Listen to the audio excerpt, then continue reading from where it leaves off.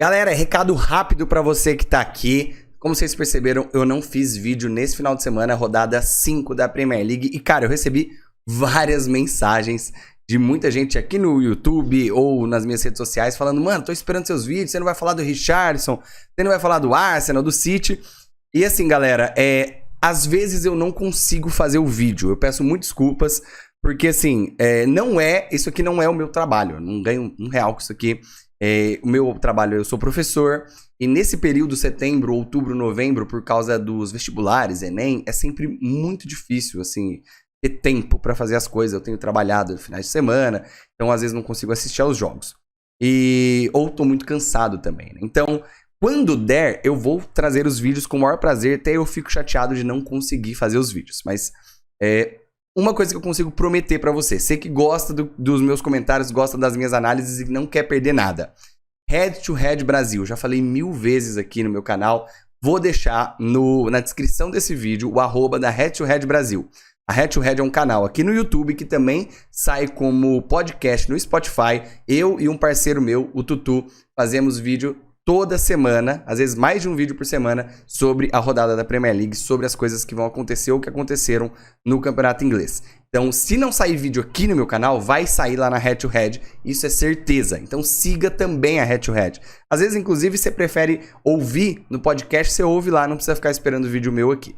Morou? Então é isso, bora pro vídeo, vai. Finalmente, começou a UEFA Champions League, temporada 23-24. Hoje, terça-feira, 2 clubes ingleses entraram em campo, o Newcastle e o Manchester City. E eu já mudei de opinião, hein? Eu mudei de opinião porque, assim, quando saiu o sorteio dos grupos, o Newcastle tá no grupo da morte, com Milan, Borussia e PSG. E eu falei, cara, o Newcastle acho que não vai passar, porque a fase era ruim, ainda é ruim. Mas, mano, assistindo ao jogo de hoje, Milan 0, Newcastle 0, e assistindo agora PSG 2, Borussia Dortmund 0, eu acho que as chances do Newcastle são maiores do que eu pensei. Porque, assim, na minha visão, o Newcastle não vai fazer uma boa Premier League. E claramente não tá fazendo uma boa Premier League. E eu achei que ia ter que priorizar, talvez, essa Premier League, pensando na temporada que vem, e acabar pagando o preço na Champions. Mas, mano, o Newcastle conseguiu sair com um excelente resultado de Milão, mostrando uma certa fragilidade desse Milan, que é na finalização, né? Ele é a conclusão de jogadas. E o PSG eu achei que jogou muito bem, mas o Borussia também não gostei muito não, assim. Então, eu acho que o Newcastle tá, no mínimo, no mesmo nível do Milan, ou até melhor, né? Não sei. Precisa ver os próximos jogos, mas eu achei que o Milan, por exemplo, fosse ganhar. E produziu pra isso, eu já vou falar do jogo. Mas eu acho que tem uma esperança maior, assim, uma porcentagem dentro de mim cresceu como esperança pro Newcastle passar na fase de grupos. Vamos falar desse jogo, que foi o jogo que abriu a temporada da Champions, né, junto com uma outra partida que me fugiu agora a memória, qual era, mas todo mundo deve ter visto, Milan e Newcastle. 0-0. Em termos de futebol apresentado, cara, o Milan foi muito superior e o Newcastle foi horroroso. Não é um jogo pra se orgulhar, assim, o Newcastle fez um péssimo jogo. Mas no fim das contas, o resultado é muito melhor, quem tá vibrando é o Newcastle e quem tá sofrendo com esse resultado, esse 0-0, é o Milan. Porque, cara, o Milan deu 25 finalizações no jogo inteiro, 25 chutes a gol.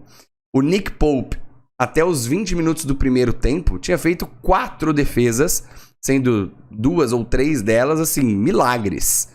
E vale a pena mencionar que esse time do Newcastle, eu acho que sentiu a pressão da Champions. Não a pressão da Champions, né? Mas a pressão do San Siro, obviamente, do estádio, a torcida do Milan. Mas sentiu jogar uma competição desse tamanho, o que é natural.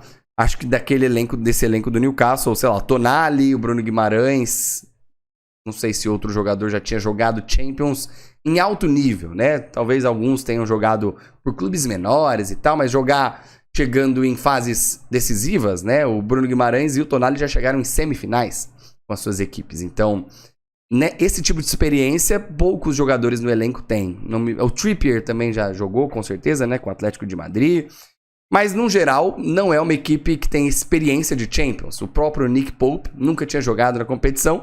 E tem uma cena que, eu não sei se vocês perceberam, mas eu vi, quando tocou o hino da Champions, a câmera vai passando assim, o Murphy, do jogador do Newcastle, tava sorrindo, assim, dava pra ver que ele tava, tipo, muito feliz de estar jogando a competição.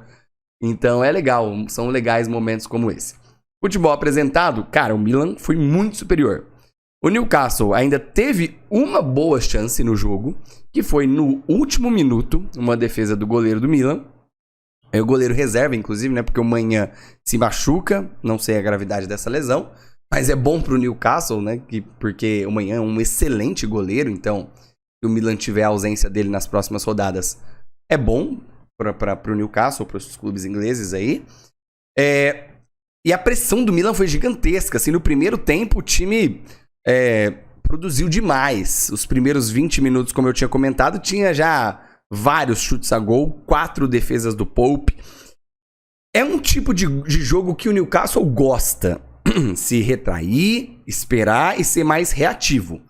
E deu muito certo na temporada passada, né? Esse 0-0 é a cara do Newcastle da temporada passada. Um time que gasta o tempo e aproveita ou tenta aproveitar alguma oportunidade em escapada. Não aproveitou, não criou praticamente nada. Criou essa última já nos acréscimos.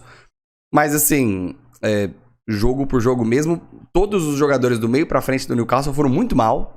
Então, o Almiron, que entrou no segundo tempo, não fez nada. O Barnes não teve muitas oportunidades. O Gordon foi mal. O Callum Wilson, Isaac. Cara, o Isaac foi dominado pela zaga do Milan. No meio-campo, gostei, assim, mais ou menos também. Achei que o Bruno Guimarães foi sólido, como ele costuma ser. O Tonali, pra mim, joga um pouco fora de posição. Não acho que é a dele ficar indo muito à frente pra entrar na área, sabe? No primeiro jogo da temporada deu muito certo isso, acho que porque elemento surpresa, mas eu não vejo o Tonali muito nessa posição. Eu acho que ele é um cara pra controlar jogo no meio. Talvez ele com o Bruno, numa boa parceria, e deixando... É que não tem, né? Tinha o Longstaff, jogou porque o Joelinton tava fora, mas talvez o Willock entraria melhor ali. E a zaga foi, dentro das possibilidades, sólida, né? Forneceu muito espaço e muitas finalizações pro Milan. Ele contou um pouco com a sorte, com a falta de competência dos jogadores do time italiano e com a excelente partida do Pope. É um bom resultado, mas não é uma boa apresentação. Agora o Newcastle vai precisar, né, pegar em casa, mostrar a sua força, a sua torcida, e tem que ganhar os jogos em casa. Tem que fazer pelo menos aí 6 pontos em casa. Se conseguir mais um empate ou uma vitória fora, tem boas chances de passar. Eu acho que pelo futebol apresentado, o PSG parece ser o favorito aí do grupo mesmo. Eu já tava meio esperando isso. O Borussia e o Milan pareceram um pouco mais frágeis. O Milan frágil ofensivamente. Apesar daquela jogadaça do Rafael Leão que ele quis finalizar com calcanhar, que foi coisa bizonha. Ele é excelente jogador. É isso. Meus comentários são os meus comentários aí sobre o jogo do Newcastle. Agora, depois eu tava assistindo agora Manchester City 3, Estrela Vermelha 1. Um último dado sobre esse jogo do Newcastle com o Milan. O Milan deu 25 finalizações a gol e, cara, é a maior número de finalizações que um time dá em 90 minutos em um jogo de Champions sem conseguir fazer gol. E o próprio Milan era o detentor desse recorde em 2003, 2004. Então, quase 20 anos aí que essa estatística foi igualada, quase igualada pelo próprio Milan. Não conseguiu fazer gol com mais de 25 finalizações. Loucura. Sobre o Manchester City 3, Estrela Vermelha, né? Foi um jogo parecido, né? O Estrela Vermelha era o Newcastle e o Manchester City era o Milan. Uma pressão absurda.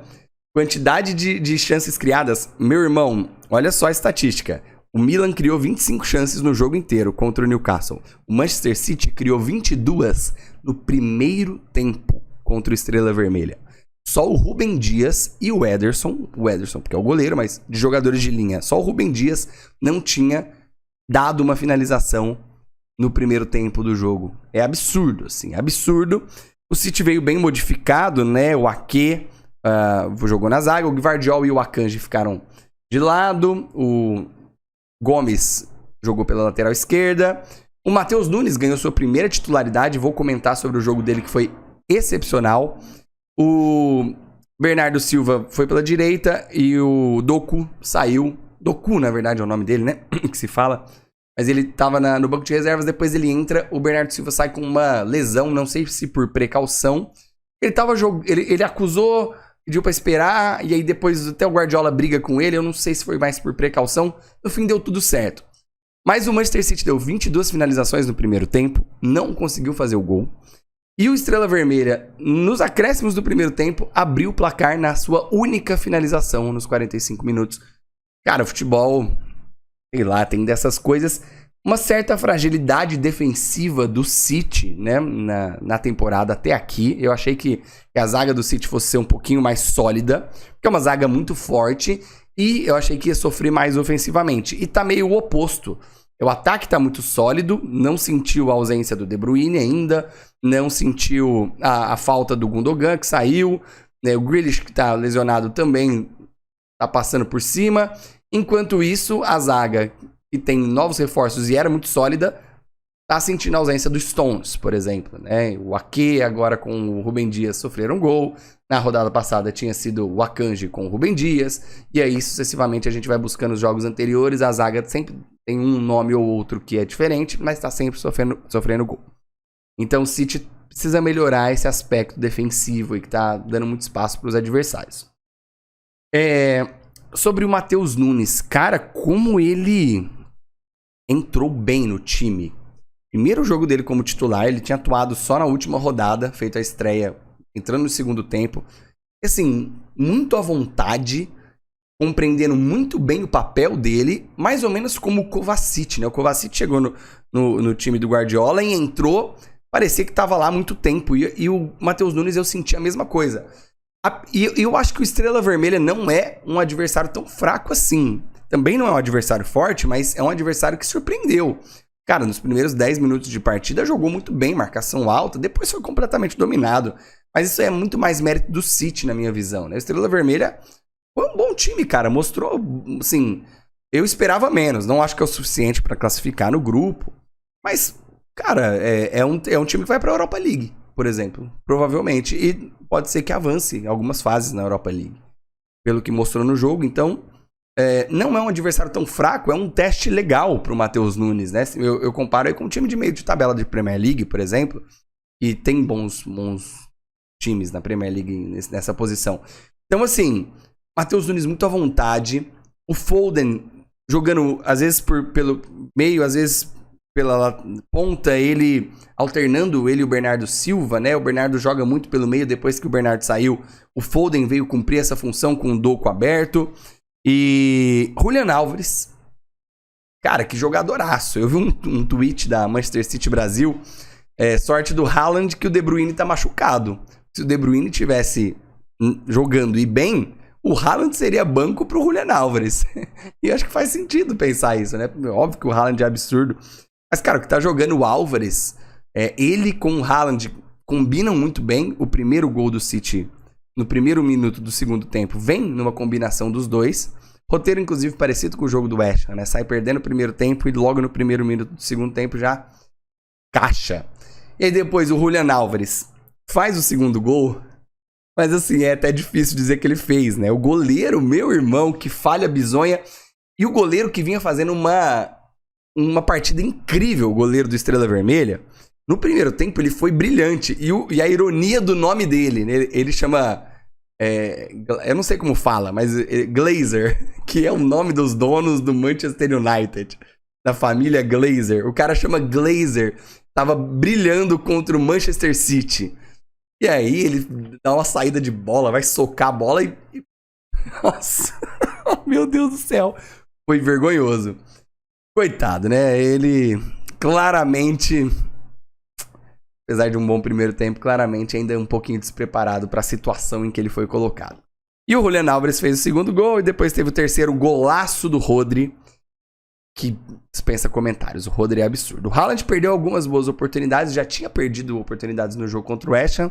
Não acho que preocupa, mas assim, vamos ver o aspecto psicológico, né? Porque o Haaland não tá acostumado a perder tantas chances e tal. E às vezes também ele tá perdendo chances porque ele tá tendo que se colocar em outras situações, porque os zagueiros estão entendendo um pouco melhor as movimentações dele. Pode ser isso. E aí ele tá em outras posições que ele não costuma estar, e aí, até ele se adaptar, ele vai perder alguns gols. Mas, claramente, abre espaço para outros jogadores, e o Álvares é o que tá ocupando esses espaços e aproveitando as chances. Vitória tranquila do Manchester City no segundo tempo, mas deixou uma pulguinha atrás da orelha pelo aspecto defensivo, né? O time, cara, eu achei que ia ser 4-5-0 e não 3-1. É um bom resultado, uma vitória tranquila no segundo tempo, mas preocupou um pouquinho os primeiros 45 minutos. É isso, esses são os meus comentários e análises. Amanhã tem Bayern de Munique e Manchester United e o Arsenal contra o PSV. Nós vamos repercutir os dois jogos aqui também. Se inscreve no canal, deixa seu like, siga a Head to Head Brasil, está na descrição, vai lá agora, assiste ou ouve o nosso episódio da semana, que foi da rodada 5 da Premier League. É nóis, valeu galera.